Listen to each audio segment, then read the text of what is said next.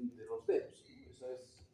Esa es la forma convencional de estudiar.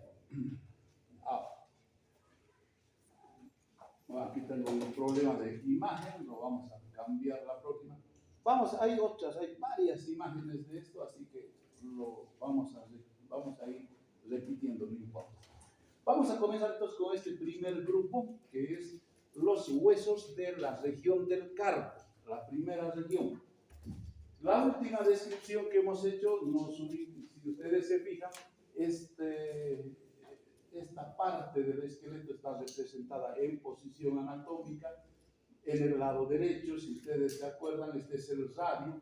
Aquí está la apófisis estiloides, aquí está la cara inferior y aquí están las dos superficies articulares que tiene la cara inferior del extremo distal del radio para articularse con el escafoides y el semilunar. Por eso decimos, este está en situación lateral, estamos mirando esa parte. Y si ustedes se acuerdan también, en la parte medial está la ulna, está el cúbito, aquí está la cabeza del cúbito y a este lado su apófisis estiloides también. Entonces, y si ustedes se acuerdan, esta parte queda un tanto más distante del piramidal y el pisiforme, ¿no? Entonces, en general, acuérdense porque en las imágenes que nosotros presentamos en el examen, les pedimos que nos nombren los huesos con los metacarpianos. Vamos a ver que es un tanto más complejo, pero posiblemente se les presente esta imagen.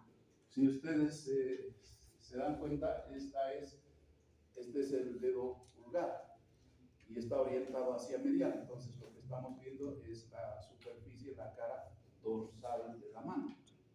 Y eso hay que tener en cuenta, ¿no? Nos decimos siempre cuando ponemos imágenes en los exámenes, les pedimos que lo identifiquen. Entonces, aquí, ¿qué podría uno poner?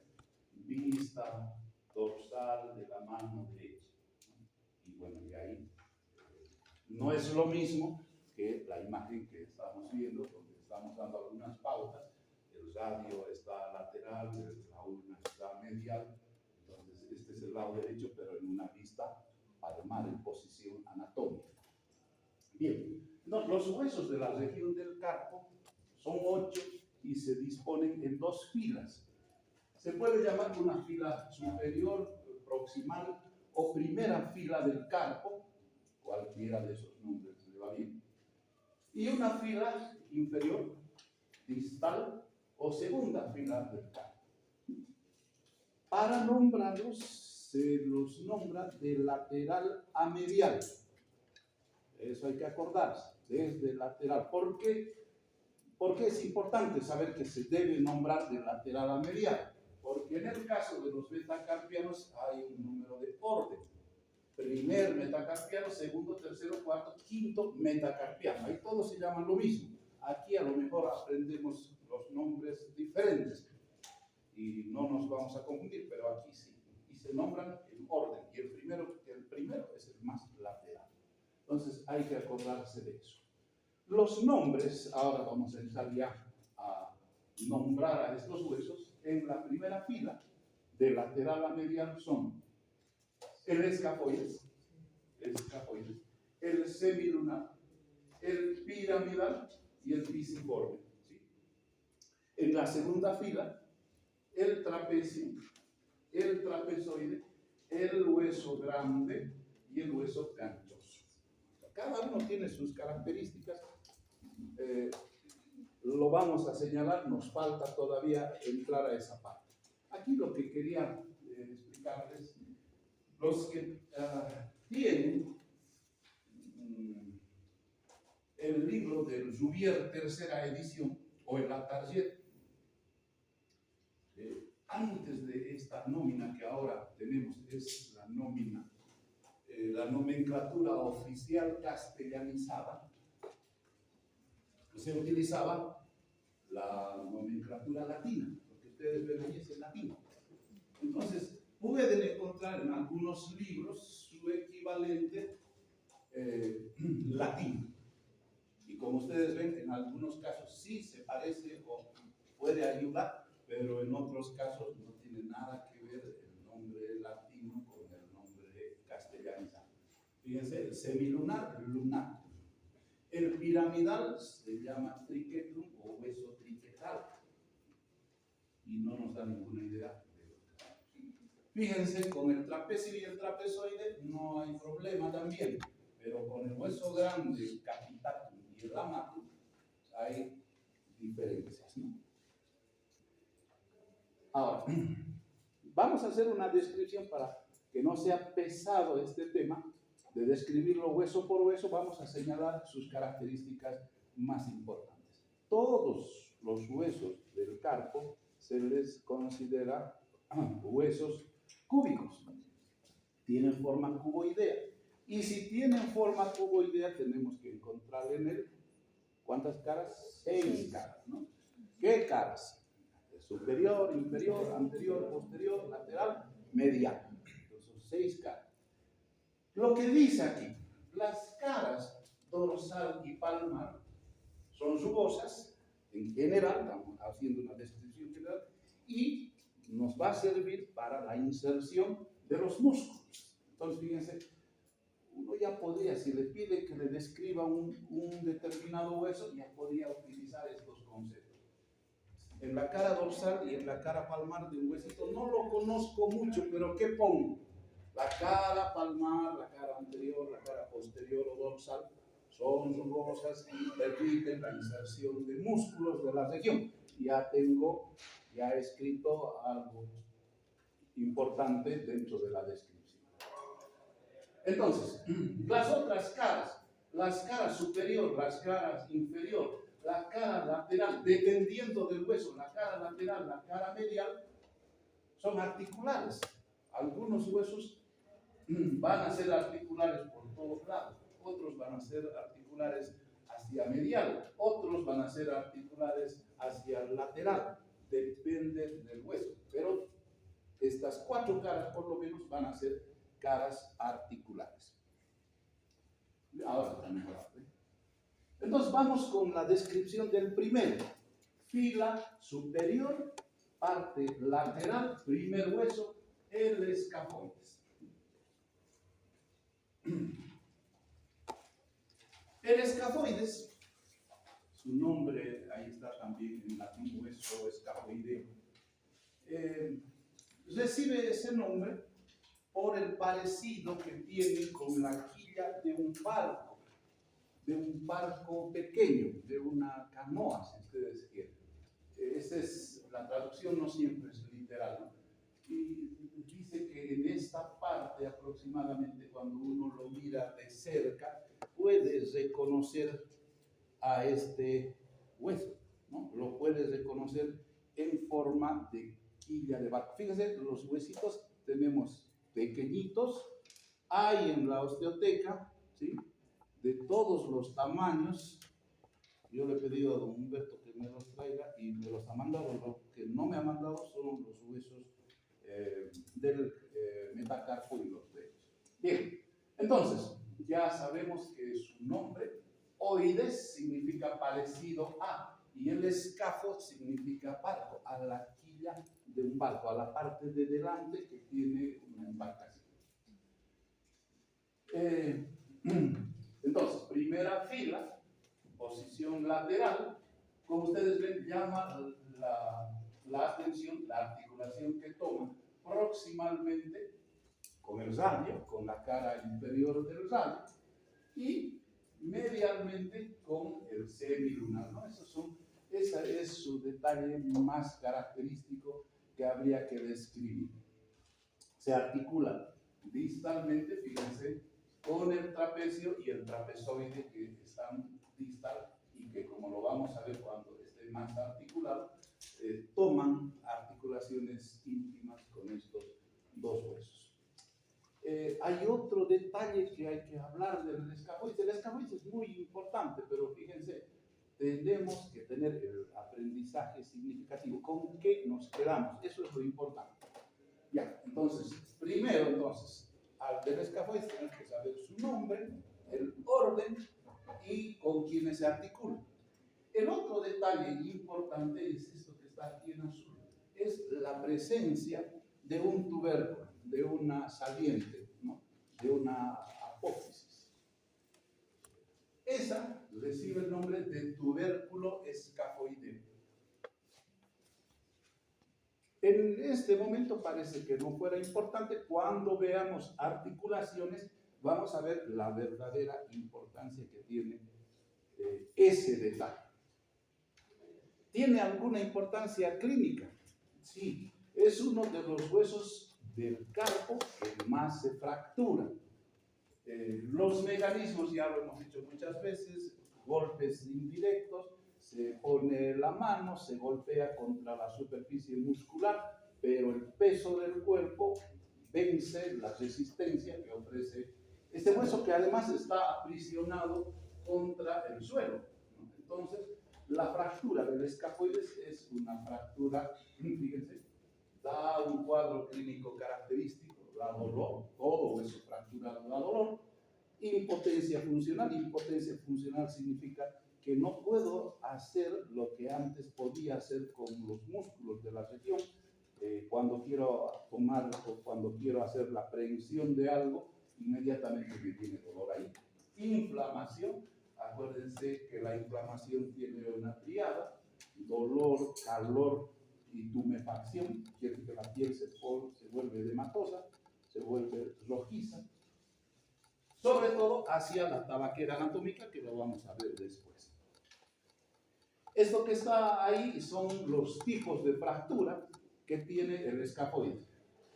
Fíjense, lo importante que uno tiene que tomar en cuenta en las fracturas del escafoide es la presencia de esos puntos negros que son los orificios vasculares. Esos orificios vasculares permitan el ingreso de sangre al hueso y le dan la vitalidad. Si un hueso no recibe la nutrición correspondiente, la parte distal, la parte que no va a ser irrigada, se gangrena, podemos decir, se pudre, es sustituido por tejido fibroso, pero no tiene la misma actividad funcional. Entonces, es muy importante el ver cómo ha quedado o dónde ha sido la fractura en ese hueso. Un ejemplo: esta es una fractura transversal que ha cortado la parte media del hueso. Hay dos fragmentos, pero esos dos fragmentos tienen orificios vasculares. La posibilidad de consolidación, de que se mantenga el hueso sano, que pueda hacer su callo y que la persona vuelva a la normalidad, es muy grande, porque toda la parte de los dos segmentos están vascularizados. Fíjense este ejemplo, o este otro. Cuando la fractura forma dos fragmentos, pero uno de ellos no tiene vascularización, esta es la parte que va a necrosarse, esa es la parte que va a ser sustituida y esa es la parte que va a perder funcionalidad. Entonces, en una radiografía se lo puede reconocer. Estamos viendo ahí la forma de quilla de barco, estamos viendo además al radio, su parte distal, es el primer hueso, este es el segundo hueso, la segunda fila. Entonces no hay cómo equivocarse en la ubicación de la placa. Ahí había una animación que nos estaba mostrando que a veces hay una fracturita, una pequeña fractura transversal que no permite, por la presencia de los músculos, el desplazamiento del hueso. Entonces ya, si ustedes se imaginan con lo que hemos visto, que en el centro están las superficies vasculares, bueno, uno ya puede ver ahí la importancia o no clínica que puede tener ahí. Están resaltados los dos fragmentos igual de la fractura del escafoides. ¿Bien? Vamos a ver al siguiente hueso, al hueso semilunar. Entonces dejamos al escafoides, nos vamos más medial, seguimos en la primera fila. Acuérdense que este hueso mantiene también articulación con la cara inferior del radio. Entonces, es el segundo hueso, se articula próximamente con la cara inferior de la epífisis distal del radio, se va a articular, ahora fíjense, posición anatómica, lateralmente se va a articular con el escafoides, medialmente lo va a hacer con el hueso piramidal. Hacia abajo, hacia inferior o hacia distal, va a tomar articulación sobre todo con el hueso grande y el hueso ganchoso. Eso se lo puede ver en esa imagen. Otros detalles importantes no tiene.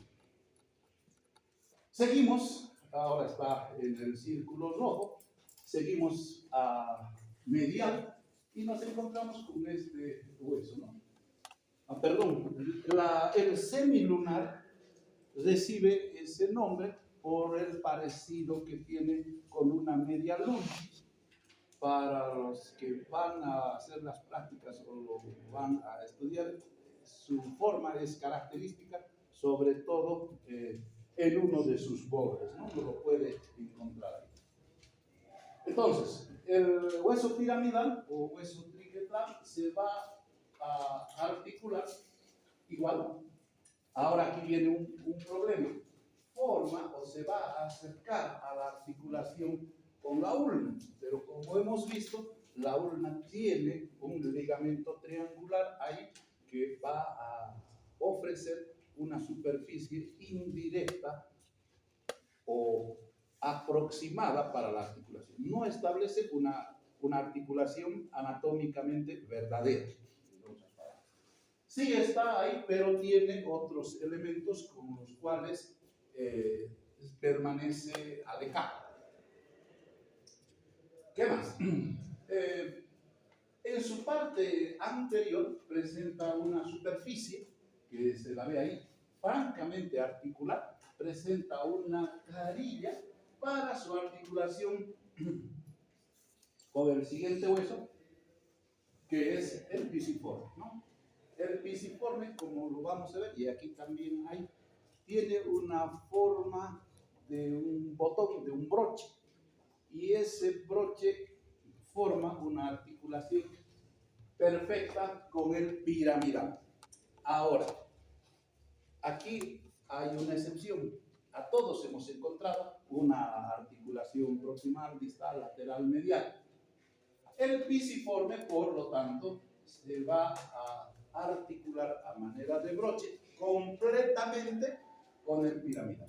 No toma otra articulación. Ojo, entonces, con el hueso pisiforme, ¿sí? El hueso pisiforme tiene forma de broche, es el más pequeño de los huesos, pero está formando una articulación perfecta con el hueso piramidal. Vamos a ver más adelante, pónganle ahí un ojo, una marca, porque en la teoría evolutiva hay una relación muy interesante entre el piramidal y el pisiforme. Por el momento no nos complicamos, lo dejamos ahí. Vamos entonces, dice aquí que se articula con el piramidal y queda articulado como una superestructura, como una parte fundamental de él. Ya. En esta superficie rugosa no articular va a prestar una superficie de inserción para el músculo flexor cubital del carpo. Ya vamos a ver después músculo. Bien, dejamos la primera fila, la fila proximal, nos vamos ahora a la segunda fila del carpo, a los huesos que forman la segunda fila. Entonces, de lateral, otra vez, a medial, está formado por el hueso trapecio. Los que les ha gustado la geometría van a acordarse que el trapecio se llama así a causa de su forma. Tiene una forma trapezoidal, tiene una forma piramidal, si ustedes quieren, que semeja a las pirámides antiguas. Esta se va a articular, entonces, proximalmente, ya lo dijimos, con la carilla, tiene una carilla inferior, el escafoides, con el cual se va a articular. Medialmente se va a articular con el trapezoide y fíjense, abajo va a formar una relación con el primer metacarpiano, que lo vamos a ver después. Llama la atención, igual que lo que ocurría con el escafoides, la presencia de un tubérculo. Ese tubérculo recibe el nombre de tubérculo del trapecio. Fíjense ahora, ¿qué podríamos preguntar en el examen? ¿Cuáles huesos tienen tubérculo?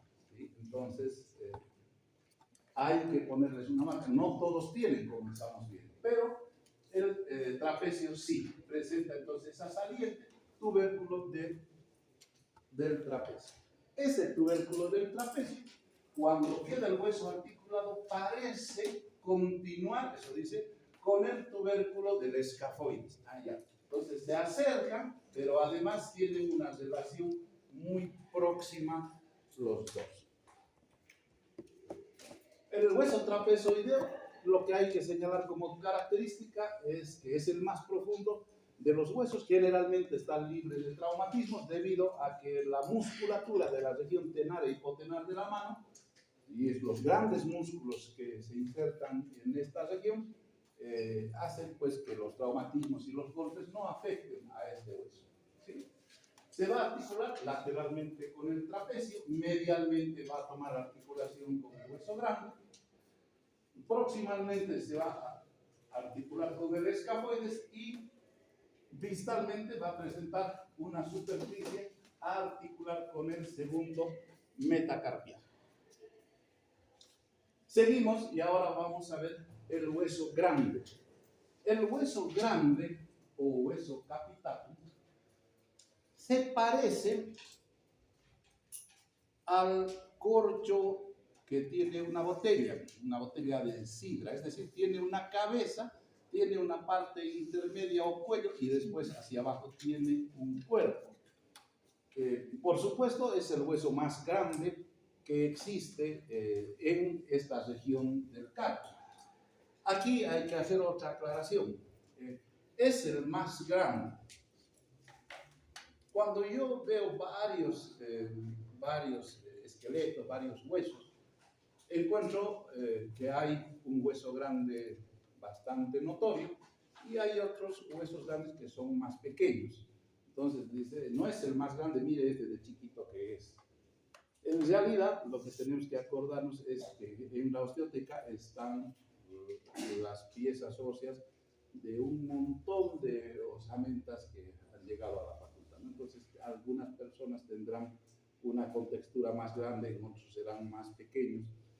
Incluso hay deformaciones en los huesos que seguramente ustedes los van a poder encontrar. Entonces, proporcionalmente para esa región, eso es lo que dice, el hueso grande es el más grande entre los huesos de las mismas piezas, de los mismos esqueletos.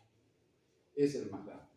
Ahora, presenta una parte proximal que semeja una cabeza, presenta una parte más angosta que es el cuello y presenta una parte más grande, más voluminosa que es el cuerpo. Entonces, como ustedes ven, el cuerpo va a tomar una relación más cercana lateralmente con el trapezoide. Se va a articular también, fíjense, con el escafoide, se va a articular con el semilunar, se va a articular con el hueso ganchoso. Entonces, toma articulación, es el centro articular. Una característica de este hueso es que es el primer hueso del carpo en osificarse. Y a veces eso puede parecer contradictorio cuando vamos estudiando la embriología.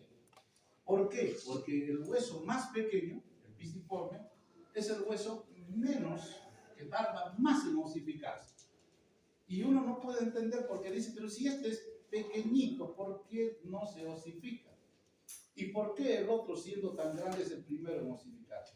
No se olviden que la función de estos huesos también es brindar la estabilidad a la prehensión y el servir de soporte para las inserciones musculares. Entonces, la fortaleza del carpo depende de su hueso grande y el hueso grande, por lo tanto, siempre tiene que ser el primer hueso más sólido que permita la articulación de los demás. Los demás en un segundo momento van a articularse con él. Y hay huesos tan pequeños como el pisiforme que va a pasar toda la vida hasta la adultez, donde van a ser los últimos de esa región en osificarse. Bien. Distalmente, este hueso, el hueso grande, va a tomar articulación, fíjense, va a formar superficies articulares para el segundo, el tercer y el cuarto metacarpiano. Solo el hueso grande va a tomar esa articulación. Entonces, no todo tiene que ser con un solo huesito, no entro con los demás. Así, hagan otra vez. Finalmente, el hueso ganchoso, que es fácil de identificar, porque el hueso ganchoso tiene una saliente, una apófisis bastante grande, una saliente que le da el nombre al hueso. O sea, que si el hueso se llama ganchoso es porque tiene un gancho, ¿no? Esa apófisis, esa saliente, recibe el nombre de gancho. Entonces, yo cuando lo estoy describiendo tengo que decir el gancho del ganchoso, ¿sí? Y si fuera en latín, el amulus del amatum, ¿no? O sea, tiene su relación de nombre. Bien, entonces, y acuérdense otra vez, este también equivale a un tubérculo. Claro, se llama gancho del ganchoso, pero en realidad es un tubérculo, es una saliente. Entonces, hemos encontrado que entre los huesos del carpo, el escafoides, el trapecio y el hueso ganchoso tienen tubérculos, tienen salientes. Y ahora lo complementamos y decimos que el pisiforme viene a ser la apófisis del piramidal. El piramidal, en la primera fila del carpo, en realidad tiene 3 huesos, sino de que el pisiforme corresponde a su tubérculo, pero nunca se articula del todo. Está ahí articulado, pero no se llega a fusionar. Entonces, si ustedes se fijan, hemos dicho que es tubérculo, gancho y el pisiforme. Si ustedes se fijan, aquí hay 2 superficies, 2 salientes, ¿sí? En la primera y en la segunda fila, y aquí hay 2 salientes en la primera y en la segunda. Es decir, hay 4 protuberancias. Esas 4 protuberancias, cuando hay una articulación, cuando veamos la articulación del carpo, van a relacionarse las unas con las otras y van a formar un canal que va a permitir el deslizamiento de todos los tendones, de los músculos de la mano. Va a evitar que los tendones se salgan por un lado o por el otro lado, van a formar un canal, ¿sí? Y eso va a ser después, va a permitir la estabilidad de la articulación de la mano. Bien, entonces, ahí están ya los huesos articulados, así es como si terminan articulados. Fíjense, esa es una vista anterior en posición anatómica y ahí están los huesos debidamente articulados. Ahí estoy remarcando la presencia de los 4 tubérculos. En realidad, el pisiforme, les vuelvo a decir, vendría a completar esto, pero en realidad esto viene a ser como una apófisis, ¿no? Y la flecha muestra esa capacidad de deslizamiento que tienen los tendones. Cuidado, porque en el examen puedo colocar esta imagen. Si ustedes se fijan, esta es la vista dorsal de la mano. Entonces, si se fijan, es diferente desde la posición de los huesos del antebrazo. Y finalmente, decir la aplicación clínica que tiene, por supuesto, está en el estudio de las radiografías. Si hay algún traumatismo o alguno pide una radiografía y toda la anatomía que acabamos de describir aparece en las placas radiográficas, ¿sí? Entonces, si ustedes se fijan, aquí se ha colocado un fijador para las 2 partes, proximal y distal. Vamos viendo ahora a los huesos de la siguiente región, a los huesos del metacarpo. Entonces, la región del metacarpo, acuérdense que la región del carpo está próxima a la muñeca. Sin embargo, si nos vamos un poco más allá, en la región de la mano es la región próxima a lo que la gente llama los nudillos, ¿no es cierto? Entonces, aquí están los metacarpianos. Forman el dorso de la mano y parte de la palma de la mano, junto con los huesos del carpo. Comprende 5 huesos que ya hemos dicho, se los nombra de lateral a medial y reciben el nombre de los números ordinales. Números ordinales, los que tienen orden. Primero, segundo, tercero, cuarto y quinto metacarpiano, ¿no? Primero, segundo, tercero, cuarto y quinto metacarpiano. Se van a articular con la parte distal o inferior, si ustedes quieren, de los huesos que conforman la segunda fila del carpo. ¿Son huesos de qué tipo? Largos, ¿no? Son huesos largos, tienen diáfisis, tienen epífisis, etc. Ahora,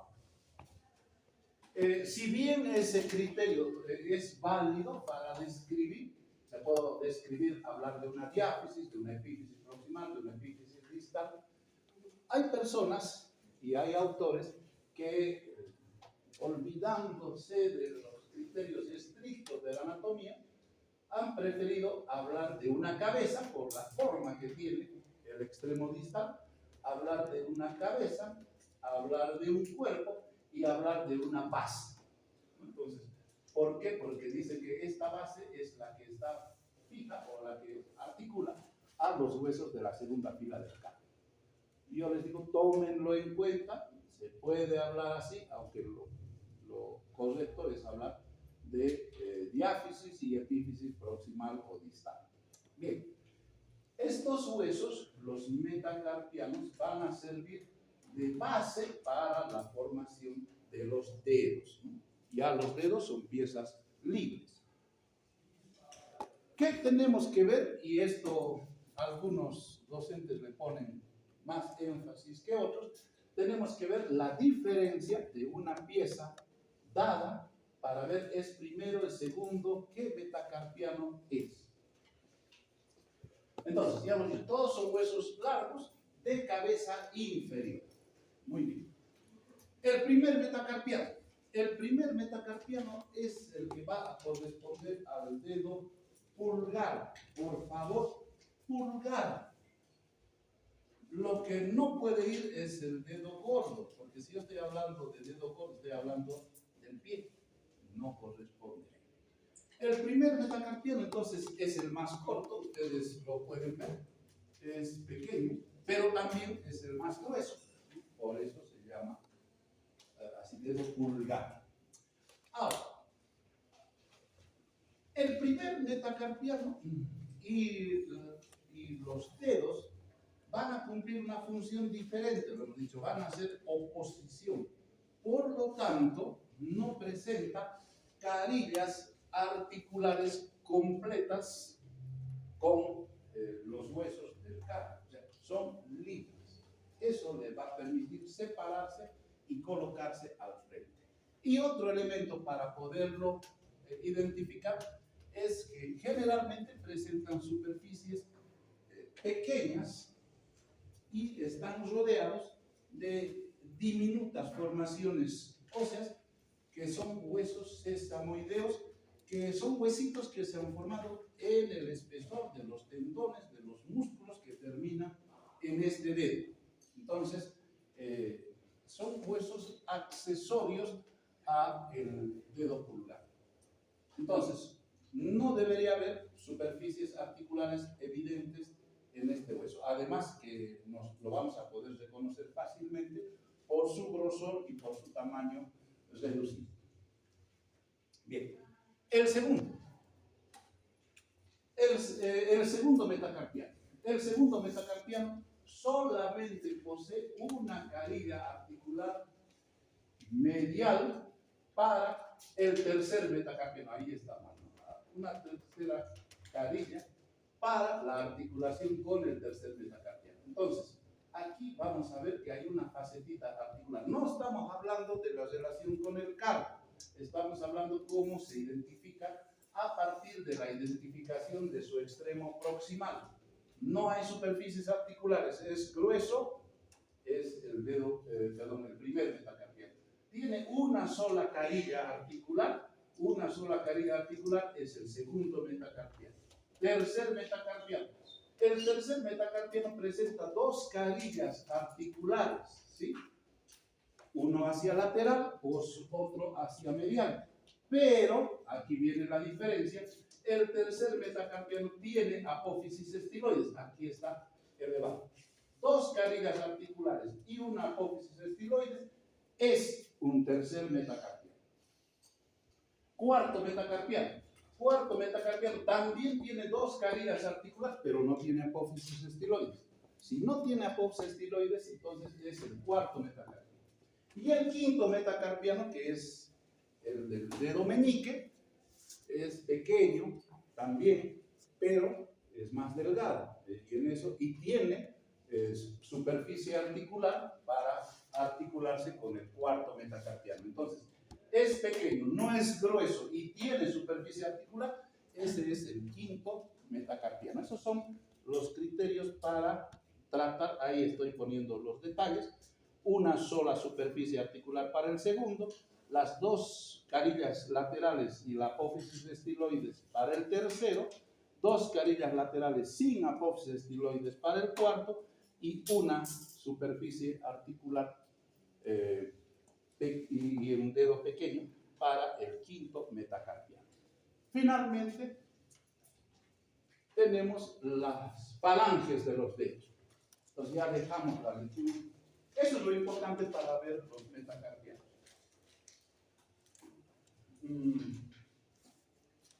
Un consejo cuando revisen esto. En los metacarpianos siempre, cuando lo tengan ustedes, vean de compararlos con los huesos que están en los esqueletos y vean que haya una relación de tamaño. Alguna vez algún docente de tramposos les han dado metatarsianos y uno haciéndose bolas ahí por ver cuál metacarpiano es. Hay diferencia entre los huesos del tarso y del carpo y una de ellas es el tamaño. Y lo mejor que se puede hacer en clase sobre todo es la comparación. Bueno, entonces las falanges de los dedos entonces son las piezas móviles que siguen distalmente a los metacarpianos. Cada uno de ellos es independiente uno del otro, y a excepción del pulgar, que posee tres falanges, o sea, a excepción del pulgar, cada uno de ellos presenta una falange proximal, una falange intermedia y una falange distal. Entonces, cada uno de ellos, a excepción del dedo pulgar. El dedo pulgar solamente tiene dos. Y la que no tiene es la intermedia. Tiene proximal y tiene distal, pero no tiene intermedia. Bien. Cada una de ellas tiene la forma de un semicilindro, son huesos también largos, tienen canal medular, son parte del miembro superior. Entonces hay muchas cosas que ya se puede ir escribiendo, ¿sí? Cada uno de ellos está destinado, sobre todo la falange proximal, está destinado a articularse con la cabeza del metacarpiano que le corresponde, ¿no? Si es segundo, si es tercero. Sobre todo las falanges proximales tienen forma de trochlea, tienen forma de polea, y de ellos la que destaca es la falange distal, que la falange distal tiene un extremo distal o inferior libre y que tiene una forma triangular que muestra claramente la superficie destinada a la articulación con las uñas, con el lecho ungueal. Después, en general, no vamos a ver otro tipo de descripciones. Otra vez ahí está el criterio de orden: primer, segundo, tercer, cuarto y quinto metacarpiano, y hacia abajo se llamará primer, segundo, tercer, cuarto, quinto dedo. Y si hay lesiones en las falanges, pues habrá que explicarlo así. Ahí estamos viendo en un corte sagital la falange proximal, la falange intermedia, la falange distal, como en su parte distal se va aplanando, va formando un borde romo y se va a corresponder con el cuerpo de las uñas, ¿no? Con el cuerpo ungueal. Vinculación clínica, entonces acuérdense de que todos los huesos son susceptibles de fracturarse, pero estos huesos, además de fracturarse, pueden luxarse, ¿no? Ahí están las proyecciones radiográficas, se pueden ver aquí los huesitos sesamoideos del pulgar que tiene a ambos lados. Y fíjense, lo más frecuente es la luxación, ¿no? La pérdida de contacto entre las superficies articulares y por lo tanto se pierde la relación anatómica, ¿no es cierto? Las articulaciones son los lugares muy frecuentes, pero fíjense, también hay fracturas. Ahí está claramente mostrando la